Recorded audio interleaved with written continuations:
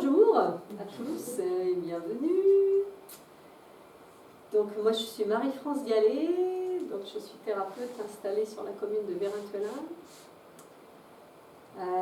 Ma mission de vie c'est d'initier le mouvement. Donc je m'adresse à vous quand vous êtes en situation de blocage. Lorsque vous êtes arrêté dans des projets, ça peut être des difficultés d'ordre physique également, le corps vous empêche d'aller de l'avant, vous avez des ordres plutôt psychologiques, vous êtes perturbé, vous êtes empêché d'aller vers ce que vous avez envie de faire. Auquel cas, voilà, moi les personnes qui viennent me voir, c'est vraiment pour réinitier le mouvement, remettre tout en circulation, que ce soit à l'intérieur du corps, que ce soit d'ordre psychologique, on rassemble les idées et puis c'est reparti pour un tour, que ce soit d'ordre relationnel ou bien de l'ordre de la guidance spirituelle, puisque quelqu'un qui est toujours en recherche de nouveaux outils, je les explore, je les pratique, et puis quand j'en ressens vraiment un intérêt, à mon tour je retransmets et puis j'emmène d'autres personnes à ma suite. Voilà. Donc je m'adresse surtout à vous quand vous êtes dans des transitions de vie, des moments de blocage, des moments surtout la recherche de sens à votre vie.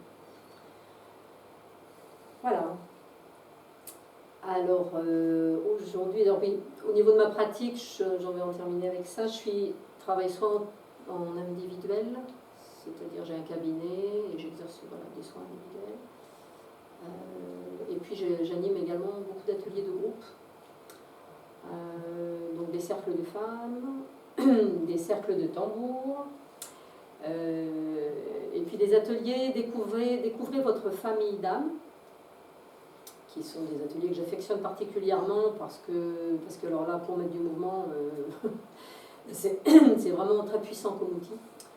Et alors, le sujet ne porte pas sur famille d'âme, j'ai une conférence qui sera dédiée à la famille d'âme dans les semaines et mois prochains. Voilà, je suis en train de construire ça. Mais malgré moi, ça va sortir quand même assez souvent dans le sujet d'aujourd'hui, parce que je sais que c'est un outil qui permet vraiment de rassembler vos différentes facettes et puis d'aligner tout ça dans une direction donnée, celle de votre mission de vie. Voilà, une fois qu'on est sur les rails, consciemment, franchement, il y a du changement derrière et beaucoup de choses qui s'ouvrent. Voilà. Je vais faire un petit résumé de mon parcours.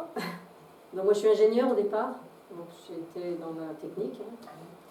Puis très rapidement je me suis rendu compte que de passer d'un dossier technique à un autre dossier technique à un autre dossier technique, ça ne me nourrissait pas vraiment. Donc j'ai entrepris une formation de conseil conjugal et familial le week-end, un week-end par mois pendant 3 ans, tout en travaillant. À l'issue de ça, j'ai basculé sur psycho. Je suis rentrée à l'université Lyon 2 où j'ai obtenu un diplôme en psychologie clinique. Alors là, ça m'intéressait beaucoup plus.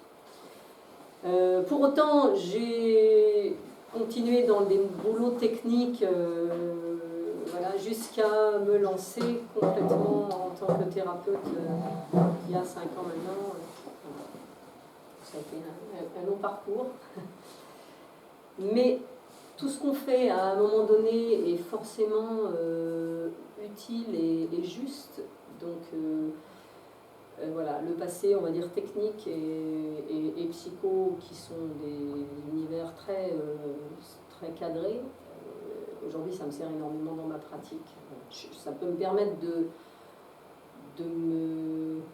d'explorer des tas d'outils, des tas de techniques, des tas de notions complètement un petit peu dans l'invisible et très voilà, subtiles, tout en ayant à l'intérieur de moi quelque chose de très structuré, et c'est vraiment garant de la qualité de mon travail déjà, et puis de ne pas partir de tous les côtés.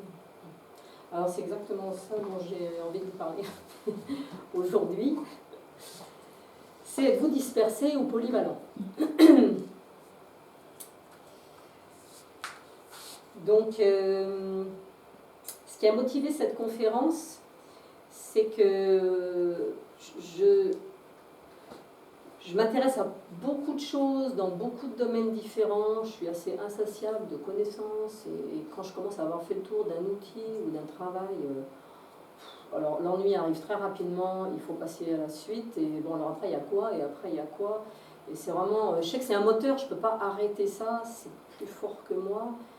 Mais je sais aussi que c'est pas de la dispersion vraiment. Il y a un ordre derrière tout ça, c'est structuré. Ce qui m'anime, c'est initier le mouvement, c'est éveiller la conscience, enfin, emmener d'autres personnes à ouvrir leur conscience, à être de plus en plus conscient de qui vous êtes, de ce que vous faites, de quelle est votre place dans cette vie, dans ce monde. Donc ça, c'est vraiment ma recherche de fond. Et alors, en apparence, ça passe d'un truc à un autre, ça papillonne. Alors donc, j'ai été très très souvent étiquetée comme quelqu'un de complètement dispersé par mon entourage. Et ça me vexe profondément. Ça me vexe parce que je me dis, ah mais non, non, c'est pas dispersé. Non, non, c'est ok. Ah, puis ça, puis je commence un outil, puis je me dis, ah non, c'est pas bon, enfin, non, allez, je m'arrête. C'est eux qui sont dispersés. Et puis je repars sur autre chose, voilà. Mais donc voilà, je vais beaucoup vous parler de tout ça. Ça parlera sans doute à certains d'entre vous. Soit vous allez vous reconnaître dans la même dynamique, soit vous allez reconnaître des personnes que vous connaissez et que dans cette dynamique-là. Et voilà. Tout ça pour dire que quand même si on aime explorer beaucoup de domaines différents, c'est très bien, mais quand même il faut rassembler un peu et se cadrer. Voilà. Il y a un travail de structure et de cadrage à faire si on veut être efficace et apporter vraiment ce qu'on a envie d'apporter. Sinon, effectivement, on dérape vite du côté, ça part dans tous les sens. Et je me disperse, les choses n'ont pas de sens. Et ben, voilà, c'est dommage. C'est une perte de temps, d'énergie et de qualité par rapport à ce qu'on pourrait avoir envie de véhiculer. Donc cette conférence va tourner autour de ça. Et puis je vais vous proposer en fin de conférence une expérience de voyage au tambour pour vous permettre d'explorer puis de rassembler vos différentes facettes à l'aide du son et des vibrations du tambour. Voilà. Alors êtes-vous dispersés? Alors bon, j'ai commencé par une définition. Être dispersé, c'est l'action de jeter des choses ça et là, de les répandre en les fragmentant, en les séparant. Se disperser, c'est donc fragmenter ses efforts, s'éparpiller, diviser, morceler. Alors dans la manière dont on vit dans notre société, c'est sûr que la dispersion, elle est là. Voilà. On est tous complètement... Trop d'informations. Voilà, et le téléphone, et machin, etc. Bon. Alors c'est vrai qu'on est complètement sollicité aussi là-dedans. Donc même si on ne l'est pas au naturel, dispersé, de toute façon, on est amené à se fragmenter comme ça. 3 secondes sur un truc, 3 secondes sur un autre, puis ça, puis machin. Donc téléphone, ben voilà, oui, Internet, sollicitations multiples, les réseaux sociaux, les offres publicitaires. Ça va un peu dans tous les sens, donc on est très sollicité dans ce sens-là. C'est facile de tomber là-dedans. Si on n'a pas la volonté, la prise de conscience à un moment donné que je suis maître de ma vie, c'est quand même moi qui ai choisi, je prends note, mais ça m'intéresse, je le mets dans un coin, je reviens à mes moutons, enfin il y a un travail important à faire. Et ça c'est chacun de nous de le faire, parce que c'est pas là-dedans qu'on nous envoie. Bon. Au niveau des modes d'apprentissage, des connaissances, c'est vraiment, ça, on zappe. Donc dans mes activités multiples, je travaille encore pour le centre de soutien scolaire du Rhône, là, qui m'envoie en mission sur du soutien scolaire auprès d'élèves en situation de difficulté scolaire ou de handicap. Donc c'est des prestations que je fais, voilà, en plus de mes pratiques. Et alors là, je m'aperçois vraiment qu'il y a au niveau de la manière dont est transmis l'enseignement aujourd'hui, alors là, ça zappe. Alors on fait un devoir d'histoire, on va parler de, je sais pas, voilà. Je suis pas très histoire, j'aurais dû prendre un autre exemple, c'est pas grave. Enfin bon, alors on va se concentrer, aller sur la Deuxième Guerre mondiale, on fait un devoir avec des photos, on répond aux questions, tchac. Allez, la semaine d'après, c'est les énergies renouvelables et machin. Donc rien n'est approfondi. On balaye un petit sujet, tchoc, tchoc, tchoc, tchoc, ça y est, ça c'est fait, hop, on passe à la suite. Alors après, il y a ça. Comme les infos, hein, je crois que j'ai dû me mettre, non, je crois que les informations. Bon, j'ai ni la télé ni la radio, ça ne m'intéresse pas, mais quand j'écoute, c'est alors ça, puis ça, puis ça, puis on passe du meurtre terrible à, je sais pas, quelqu'un qui a créé une initiative dans son village, super, machin, que ça revient sur, je sais pas, quelle performance sportive, puis on repart. Et tout ça, c'est mis au même niveau. Il y a, ça fait exprès. là, pour être dispersé, franchement, c'est terrible. Et puis j'ai mis cette petite photo là parce que la dispersion au quotidien c'est devenu un mode de vie, c'est presque considéré comme efficace même. C'est normal en tout cas, voilà, on est partout à la fois et voilà, c'est juste parfait. Et donc cette photo là en fait c'est quand j'ai cherché à imager ce qu'était la polyvalence. J'ai cherché Internet, tout ça, définition, et puis j'ai cherché des photos, des images, et en fait je n'ai eu que des images comme ça, et je me suis dit non mais c'est pas trop polyvalence, on ne fait pas 36 trucs à la fois, là c'est dispersé pour moi. Mais j'ai trouvé ça en cherchant polyvalent.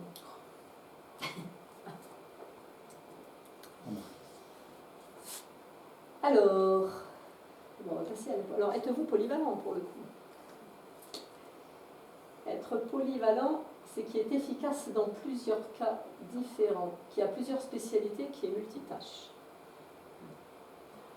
Mais être polyvalent, ce n'est pas mener plusieurs tâches en même temps. On peut exceller dans différents domaines. Voilà. En fait, c'est ce que je fais. Là, je suis thérapeute installée à mon compte, et puis voilà, je suis également quelques heures par mois des élèves en difficulté scolaire. Et puis avant, j'ai fait ci, puis avant, j'ai fait ça. Derrière la polyvalence, il y a un fort besoin de mouvement, de nouveauté, d'adaptation. Ça rejoint ce que je vous ai dit tout à l'heure, c'est que pour mon cas personnel, il faut que ça bouge, de toute façon. Donc il faut que ça bouge, c'est ce qui me permet de faire bouger les gens et les situations parce que c'est ce que je mets en mouvement, je le sais. Mais pour mon propre compte, rester figé sur place, c'est juste pas possible. Donc derrière la polyvalence, il y a quand même ce besoin d'ouverture, de nouveauté, voilà, des sujets d'intérêt, quand on commence à rentrer dans un train-train, une routine. Bon, il y a peut-être d'autres choses que j'ai pas encore compris, que j'ai pas encore vues. Puis en réalité, nous sommes tous polyvalents, vous êtes tous polyvalents, parce que vous êtes tous à des places d'hommes ou de femmes, de fils, de filles, de frères, de sœurs, de collègues, de patrons, de parents, d'amis. Donc, dans tous ces rôles-là, vous avez des compétences particulières, vous avez un fonctionnement particulier. Si vous êtes fille d'eux ou mère d'eux, vous êtes dans une certaine manière de vivre en étant fille ou en étant mère. Enfin, voilà. Donc la polyvalence, elle est pour tout le monde. De mon point de vue, vous exercez tous des rôles différents et dans des situations différentes. Voilà, nos apprentissages et notre parcours professionnel nous influencent. Soit effectivement on a accès à une certaine rigueur et à un certain cadre dans nos apprentissages, soit c'est quand même porte ouverte à la dispersion totale et si c'est le cas, ça vaut vraiment le coup de trouver des outils ou des personnes pour ramener un peu les choses. Ça ne reste pas éclaté de tous les côtés. Et puis voilà, alors je vais faire un petit commentaire sur comment suis-je passé de polyvalent à multipotentiel, puisque ça a été la surprise pour moi de... En préparant cette conférence, ce que j'avais vraiment envie de transmettre, c'était ce que je vous ai dit au tout début, c'est qu'on peut être en apparence dispersé, mais en fait, au fond, c'est pas de la dispersion. C'était vraiment ça que j'avais envie d'exprimer et le message que j'avais envie de faire passer. Et donc en cherchant, en travaillant mon sujet, en cherchant sur Internet, la définition de j'ai écrit mon contenu avec tout plein d'idées qui me venaient. Et au moment de restructurer, de remettre ça en ordre pour le présenter, je me suis dit, polyvalent quand même. La définition de polyvalent, je m'y retrouve quand même pas complètement, c'est pas tout à fait ça. Donc j'ai cherché des synonymes. Et en cherchant des synonymes, je suis tombée sur multipotentiel. Je suis tombée sur le blog de Laura Gaillard, qui est une thérapeute qui s'occupe de gens qui sont multipotentiels. Et donc elle a écrit un article qui est d'une clarté impressionnante, donc je me suis beaucoup inspirée de son article.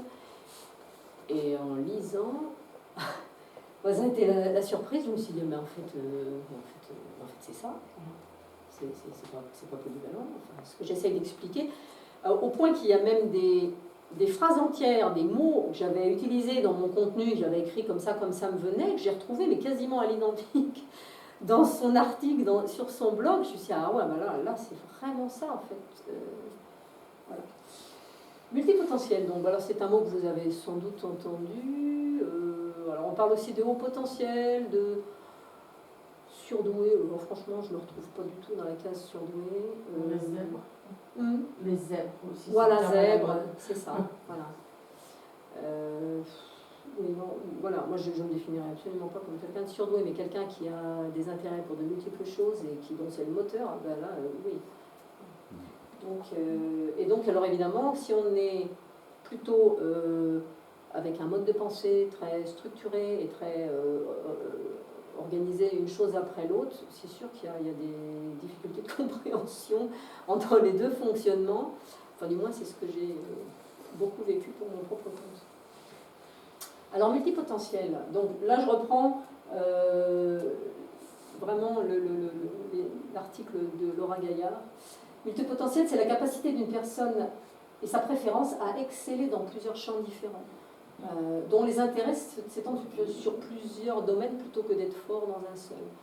C'est complètement à l'opposé des spécialistes. Bon, les deux extrêmes, c'est ça. Au niveau neurosciences, ça a été analysé comme un câblage neuronal différent.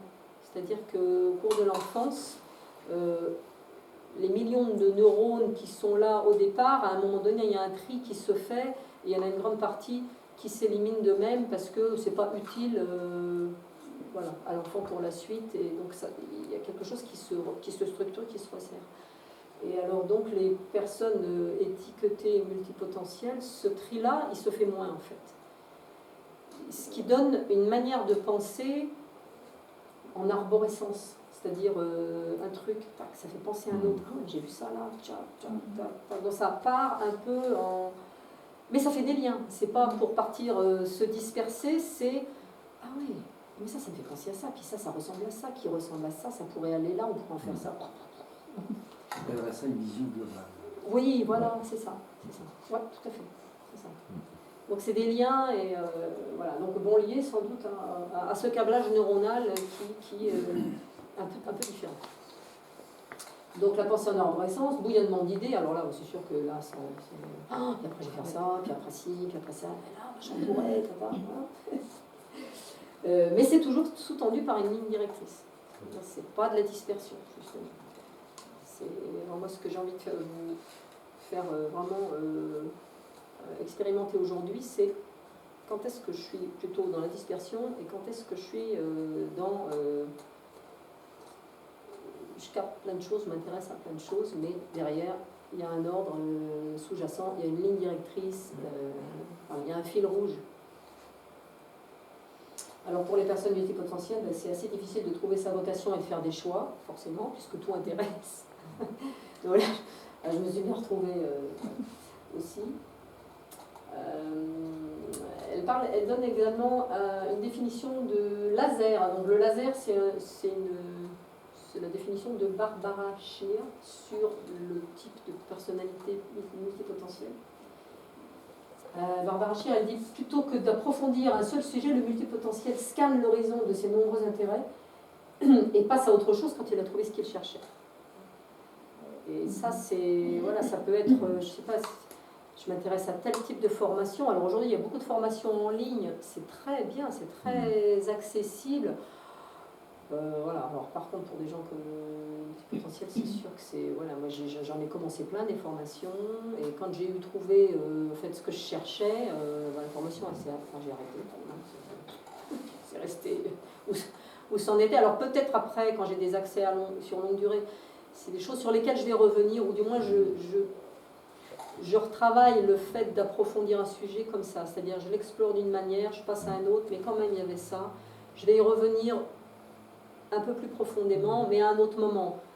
Ça ne va pas être de manière séquentielle, j'approfondis, parce que ça c'est très difficile. Mais je vais y revenir, puis hop, tiens, j'étais là, mais ça va me manquer, hop, j'y reviens. Et donc il y a toujours un fil rouge, et c'est le moteur. Voilà. Si une tâche est commencée ou arrêtée, ce n'est jamais sans raison valable. Il y a toujours une bonne raison valable. Alors si vous êtes multipotentiel, si vous vous retrouvez dans ce type de fonctionnement, alors votre travail sera vraiment de rassembler vos idées, de vous canaliser, sinon ça dérape systématiquement vers la dispersion. Donc c'est ce que je vais vous faire avec le tambour. Toujours sur les multipotentiels, pour finir de vous identifier ou d'identifier des personnes que vous connaissez. Alors en positif, ce sont des personnes avides de connaissances et qui travaillent en transdisciplinarité. Il y a un besoin constant de nouveauté, une hybridation d'activités et beaucoup de créativité, pas forcément, parce que il y a des liens entre plein de domaines, et une idée dans un domaine va dire ça je pourrais l'appliquer dans ce que je fais. De l'enthousiasme, ce sont d'éternels débutants, puisque voilà, chaque fois on a envie de recommencer une nouvelle chose, ou d'acquérir de nouveaux outils. Donc on recommence l'histoire. C'est un super moteur par contre. Bon, les moins on les verra après, mais il y en a aussi. Il y a de la mémoire, parce qu'aucune des informations n'est perdue. C'est pas parce qu'on laisse un champ d'intérêt sur le côté pour un moment, toutes les informations qu'on en a captées, en fait, elles restent. Et elles vont être utilisées pour d'autres choses, elles vont être réactivées dans d'autres champs d'action. C'est jamais perdu. Il y a une rapidité de traitement des informations, une quête perpétuelle de sens. Ah bon, alors là, ouais. De vérité, beaucoup d'intégrité morale et d'idéalisme. Ça, c'est des moteurs très forts. Voilà, la quête de sens, chez moi, c'est vraiment quelque chose de très fort. C'est aussi pour ça que je fais... voilà. Je parlais de famille d'âme tout à l'heure, mais là, vraiment, là, ça met du sens, et ça aligne toutes vos actions. En connaissant votre famille d'âme, vous avez une connaissance de la mission de vie qui va avec, et donc vous pouvez aligner toutes vos actions futures dans ce sens-là, et consciemment. Donc là, ça prend vraiment de l'ampleur. Vous prenez vraiment de votre place. Et puis en même temps, vous avez une lecture finalement de tout ce que vous avez fait depuis votre jeune âge, et vous dire mais j'ai fait toujours, mais en fait j'ai toujours fait comme ça. Eh bien oui. Donc découvrir sa famille d'âme, c'est pas se découvrir des compétences, c'est les mettre à la conscience, parce qu'en fait les compétences elles sont là, et juste c'est des choses qu'on fait sans se rendre compte. Et quand on les fait en sachant, là, vous pouvez croire ça. Oui, il y a de la puissance derrière, c'est sûr, hein, ça monte d'un cran. Hein. Voilà. Bon, hypersensibilité, humour. Et puis, donc dans les facettes négatives qui vont avec, c'est beaucoup d'ignorance de votre propre état en tant que multipotentiel. Enfin voilà, j'ai été concernée jusqu'à il y a quelques semaines en arrière. Donc un sentiment d'imposture comme système de pensée, c'est-à-dire Ouais, mais bon, je suis pas spécialiste de ci, je suis pas spécialiste de ça, je suis pas spécialiste de ci, je suis pas spécialiste de ça. Et puis j'ai l'impression de maîtriser plein de sujets, mais en réalité, si les gens me posent des questions et qu'ils creusent un peu, il va y avoir rien derrière. Voilà, bon, moi je me suis énormément jugée là-dedans, voilà, jusqu'à il y a quelques semaines. Et jusqu'à voilà, ce que je me dise, c'est le problème de l'ingénieur. Peut-être. Ouais, l'ingénieur, justement, franchement, j'ai eu beaucoup de complexes dans ma vie d'ingénieur par rapport à mes collègues en me disant, mais ils ne se rendent pas compte. Oui, d'accord, moi je suis, voilà, je parle l'anglais, je parle l'espagnol, je parle machin, je fais ci, je fais ça, mais les spécialistes, s'ils creusent un peu, ils vont se rendre compte que techniquement, je ne suis pas leur auteur, enfin il manque des trucs, c'est pas assez consolidé en profondeur derrière. C'est juste, hein, j'ai mené mon boulot avec, c'était beaucoup plus dans la formation, les conférences, faire circuler un savoir, faire circuler la parole ou énoncer des conflits en réunion. C'était beaucoup dans la relation humaine. Et j'étais à ma place là-dedans, plus que dans la technique pure et dure. Et bon, voilà, ça s'est fait quand même. Hein. C'est pas incompatible, mais l'imposture comme système de pensée, ça a été beaucoup là, quoi. Je me disais, un jour ils vont se rendre compte, quoi. Que je ne suis pas aussi pointue techniquement qu'on pourrait l'attendre de moi. Enfin bon, voilà, on se raconte plein d'histoires, mais voilà. Donc doute et remise en question permanent. Faire un choix est très difficile puisque vous êtes intéressé par beaucoup de choses et que vous avez la capacité de faire beaucoup de choses aussi. Donc, pour choisir un axe, ça peut être compliqué. Excuse-moi. Oui. Pourquoi tout est remis en question, c'est mis dans les moins? Parce que je pense que se remettre en question en permanence, Ouais. c'est un plus quand même. C'est un plus si c'est constructif. Quand je le mets là, c'est que... C'est que ça va dans le sens. C'est que ça va dans le sens, c'est jamais assez bien, ou voilà, enfin beaucoup de doutes sur soi-même, de doutes sur soi-même. C'est positif. Hein. On aurait pu le mettre dans les plus quand même. Oui, aussi mais pas avec la même chose derrière. Dans notre oui. Ouais, pas avec les mêmes choses derrière. La remise en question, c'est absolument nécessaire, c'est sûr. Mais douter de soi en permanence, je ne pense pas que ça soit très constructif. Enfin, je me retrouve souvent dans Oui. ce que tu disais tout à l'heure, c'est source d'angoisse. Ouais, parce qu'on se dit, mais s'il découvre qu'en fait, en photographie, je connais juste les bases oui. et il va me trouver complètement nulle. Et on ne se rend même pas compte que des fois, enfin moi ça m'a joué des tours, on écrase les gens sans le vouloir. Par cette angoisse de se sentir, on ne sait pas. Du coup, on bosse, et on ne se rend pas compte qu'il y a un décalage avec les autres. Et sans le vouloir, on peut... voilà. Oui. Ouais, mais c'est ça, on est partout à la fois, où on monopolise d'une certaine manière un peu l'espace ou l'attention, parce que il y a des centres d'intérêt et des compétences qui se développent du coup. Mais chaque spécialiste a une vision très limitée. Que mais c'est juste aussi finalement. C'est le fait d'avoir cette vision globale qui permet de rassembler. Oui. Et là on est fort. Oui. Ouais. Et donc il n'y a aucun complexe à avoir. Voilà. Par contre, il y a que de multipotentiels. J'ai l'impression.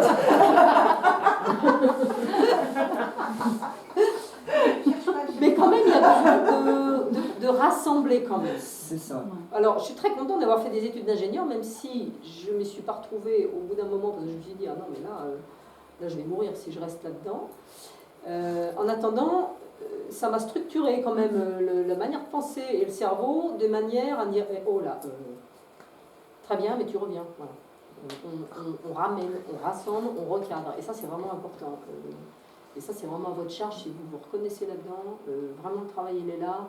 C'est ok, je sais que j'ai plein de potentiel, j'ai plein de centres d'intérêt. Je m'intéresse à la menuiserie. Bah, tiens, si je faisais de la menuiserie, oh bah tiens, allez hop, on y va.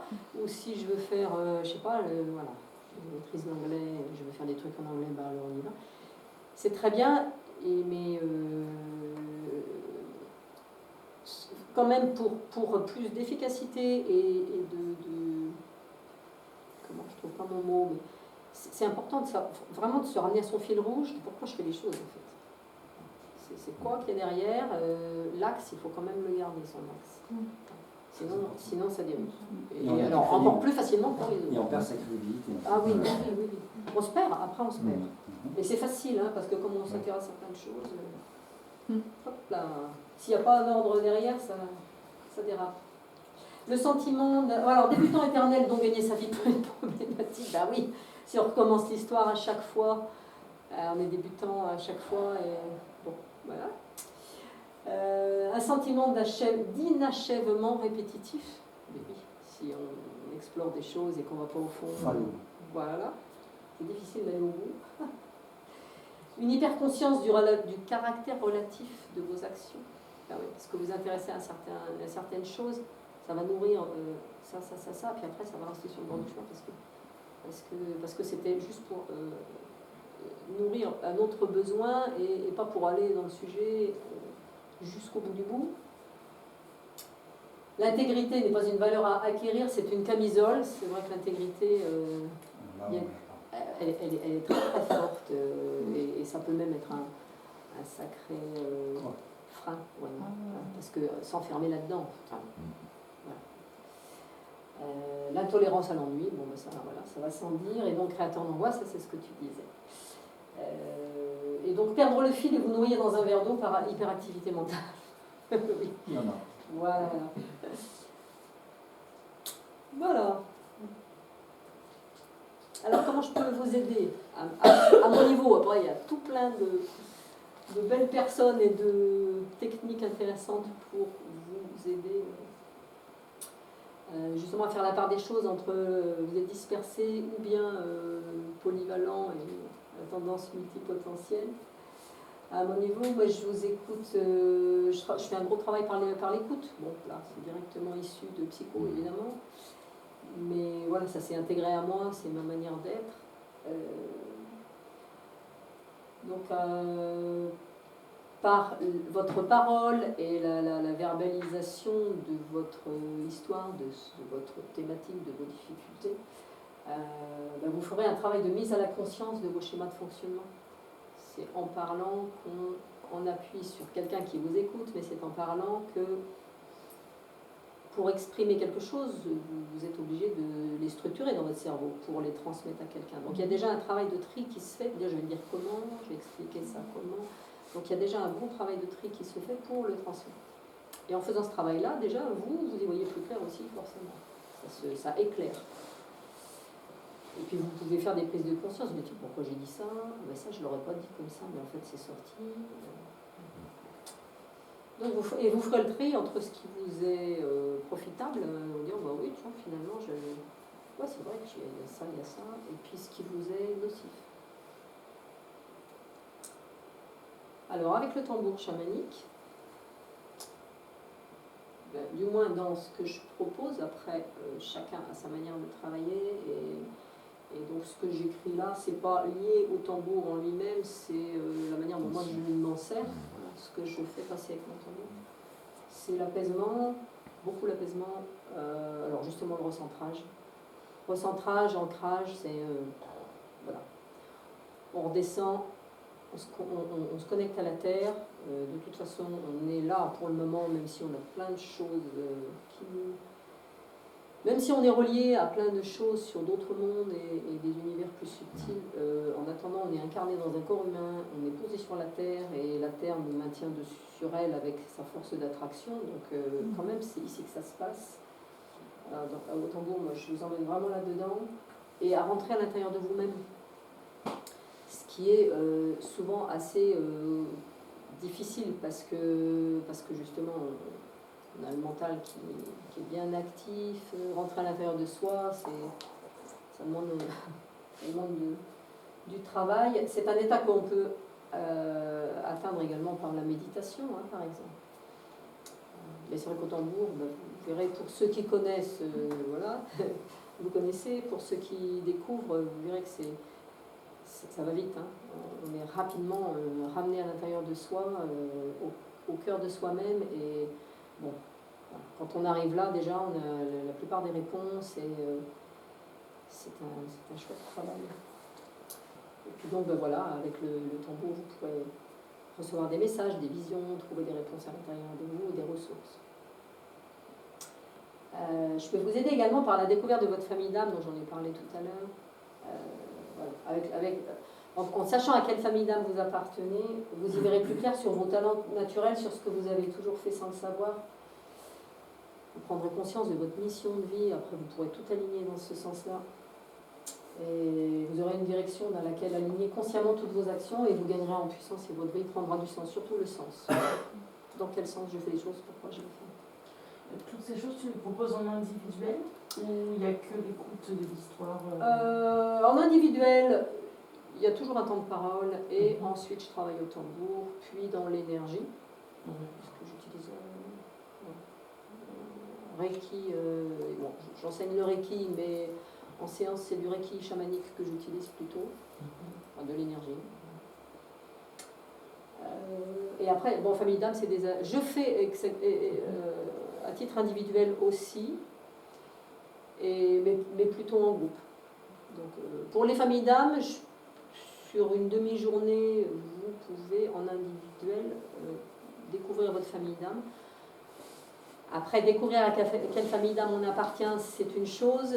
L'expérimenter, c'est quand même nécessaire derrière. Donc je vous invite, même si vous avez fait le choix de découvrir individuellement, je vous invite à réintégrer après les 2 autres journées de stage qui sont en groupe.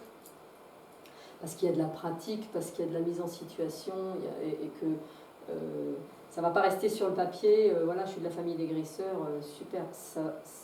Après, c'est comment vous allez le mettre en pratique, comment les autres vous perçoivent, comment vous vous sentez quand vous êtes en relation avec les autres, comment vous mettez en pratique vos dons, et puis du coup, après, vous y allez, quoi. Et les journées sont faites pour ça, pour vous mettre vraiment le pied à l'étrier, et allez-y, vous savez faire, et après, c'est parti, quoi. C'est quoi les différentes familles d'âme? Les différentes familles d'âme? Ah, je ne vais pas le dire. Justement, alors ça c'est... Il y a les sœurs, il y a les médiums, c'est ça? Ouais, il y a plus... Oui. Alors je travaille avec 9 familles. En fait, mon travail, mais que ce soit famille d'âme ou autre, en fait, ce que j'aime, c'est vous amener à découvrir par vous-même. Parce que si moi je vous dis, il y aura toujours une part de doute, c'est peut-être pas, voilà. Donc, ma manière d'aborder les choses, c'est plutôt comme ça. C'est même si moi j'ai l'info, ça va être de vous amener à la ressentir, à la capter vous-même, et quand ça vient de l'intérieur, là, les doutes, vous les aurez plus. Donc, les familles d'âme, c'est Marie-Lise Labonté qui a canalisé les familles d'âme, c'est une thérapeute canadienne. Donc après, elle a écrit un bouquin là-dessus que vous pouvez vous procurer, lire. Donc en gros, après on arrive à savoir si on fait partie de la famille d'âme des médiums, des guérisseurs. C'est ça. Et ma question c'était, combien, à part un médium, guérisseur, combien il y a de familles d'âme? Moi je travaille avec 9. Marie-Lise Labonté, elle en décrit 13.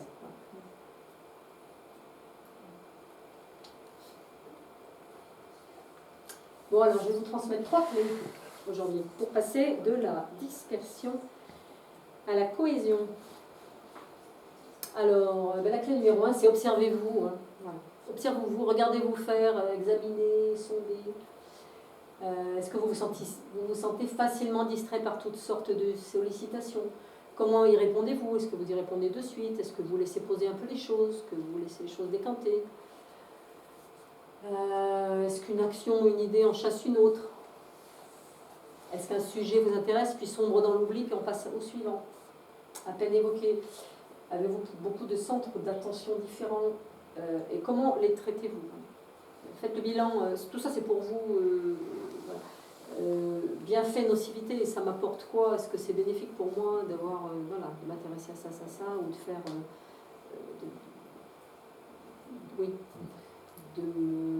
Ça peut être bénéfique d'un côté et nocif de l'autre. C'est ça, en même temps, voilà, c'est ça. Donc bien s'observer, c'est à quel degré c'est bénéfique pour moi d'avoir plusieurs centres d'intérêt ou plusieurs champs d'action. À partir de quel moment ça devient nocif, c'est-à-dire que je ne sais plus qui je suis, je ne sais plus pourquoi je fais les choses, je passe d'un truc à un autre, il n'y a pas de lien, je suis ballottée. Voilà. C'est un travail d'observation, vous regardez faire, juste regardez faire. Ce que j'ai pas dit en début de conférence, c'est que j'ai un petit papier où vous pouvez inscrire vos coordonnées et adresses mail pour vous inscrire à ma newsletter ou du moins avoir les infos sur mes activités, les ateliers que je propose, etc. Et voilà, pour ceux qui veulent s'inscrire, je transmettrai ces 3 clés. Voilà. J'ai un fichier PDF que je vous enverrai par mail. Bienvenue sur ma newsletter avec les 3 clés pour passer de la dispersion à la cohésion. Donc y a-t-il une ligne directrice dans ce que vous entreprenez? Observez vos pensées, vos actes. Est-ce qu'ils sont sous-tendus par une idée, par du sens, une démarche? Est-ce que vous faites des ponts entre différents domaines? Ou est-ce que sans lien? J'ai mis rappel, chacun de vos états a sa raison d'être, protection du cerveau, parce que, bon là c'est issu des neurosciences, parce que je m'intéresse beaucoup à tout ça. On ne fait jamais rien par hasard. Si on est même totalement dispersé, c'est qu'il y a des bonnes raisons à ça. Donc c'est quand même un travail aussi d'observation de soi, c'est quand même de se poser, de se dire, alors qu'est-ce que je cache, qu'est-ce que je... Voilà. En courant de tous les côtés et en faisant voilà, sans vraiment ligne directrice, ça m'apporte quoi de me disperser si c'est le cas. C'est toujours, il y a toujours des bonnes raisons. Hein. Ça peut être, j'ai des grosses angoisses et puis alors quand je cours partout, je les sens plus. Voilà. Alors je sens plus donc ça va. Mais ça c'est un travail d'introspection et de connaissance de soi que de pas se mentir, quoi, se dire oui, effectivement, je ne peux pas faire autrement que de courir partout parce que si je m'arrête, ça va être l'angoisse et je vais sentir des choses que j'ai pas envie de sentir, c'est ok. Juste, déjà, dans un premier temps, se dire ouais, effectivement, c'est ça. À un moment donné, il faudra quand même que j'aille sentir ce qui se passe pour calmer le jeu. Oui, connaissance de soi et introspection. Donc votre cerveau, il vous protège. Hein, voilà, c'est tout ce qui peut nous emmener dans des zones de souffrance psychologique. C'est sûr que notre inconscient, il bloque. Hein, il dit, oulala, là, ça va faire mal, donc on n'y va pas. Et donc, on met en place tout plein de stratégies comme ça pour éviter de sentir, d'être face à soi-même, de souffrir, évidemment, de faire des prises de conscience désagréables sur soi-même, ça c'est jamais sympathique, mais c'est absolument nécessaire si on veut progresser. Voilà. Alors, sauf que si on n'y va pas à un moment donné, c'est qu'on n'est pas en capacité de le faire, ou qu'il y a encore... donc ça se respecte, quoi. Voilà. C'est pas... il faut absolument que... C'est... ouais. Il faut que j'y arrive, mais... bon, dans tous les cas, se faire aider, c'est sûr que c'est la meilleure des manières. Tout seul, c'est quand même compliqué. Mais respect aussi pour vous, pour tous vos dysfonctionnements que vous pouvez observer, c'est que ils sont justes aussi, les dysfonctionnements. Juste apprenez à regarder et à sonder ce que ça peut cacher. La clé numéro 2, prenez conscience de ce que vous cherchez. Quel est votre objectif réel? En avez-vous un? Ça peut être la recherche voilà, je disais tout à l'heure pour ma part, la recherche de sens. Pour moi, c'est absolument important et moteur, et la conscience. J'ai demandé, en entrant dans cette vie, à être consciente. C'est un socle. C'est tout ce que je fais s'articule autour de être plus consciente, de plus en plus consciente, de plus en plus consciente. Bon, après, emmener d'autres personnes dans mon sillage à être aussi plus consciente. Mais avant tout, c'est vraiment ce travail-là. Est-ce que vous fuyez? Donc quand on fuit, s'en rendre compte, hein, voilà, tout simplement. Parce que tout le monde fuit à un moment donné des tas de choses, on est tous à la même enseigne. Je ne connais personne qui soit complètement aligné et en permanence ok avec ce qu'il fait, qui ne se juge pas. Je connais personne comme ça, on est tous dans des recherches et des fonctionnements et des dysfonctionnements. C'est ok, c'est l'humain. Hein. Juste voilà, avoir conscience de où j'en suis et ce que je fuis, et puis qu'est-ce que je fuis. Ah oui. Déjà en le sachant, on va calmer un petit peu des choses. Voilà, avez-vous une ligne directrice qui sous-tend vos démarches? Si oui, est-ce qu'elle est consciente? Si vous dites, ouais, il y a toujours... mais alors quoi? En fait, c'est quoi? Pourquoi je fais les choses? Dans quel sens? Dans quel but? C'est quoi que je cherche en fait? Bon, je reparle des familles d'âme, parce que c'est vrai que ça c'est un gros moteur. Comment agissez-vous? Pourquoi faites-vous les choses? Dans quel but?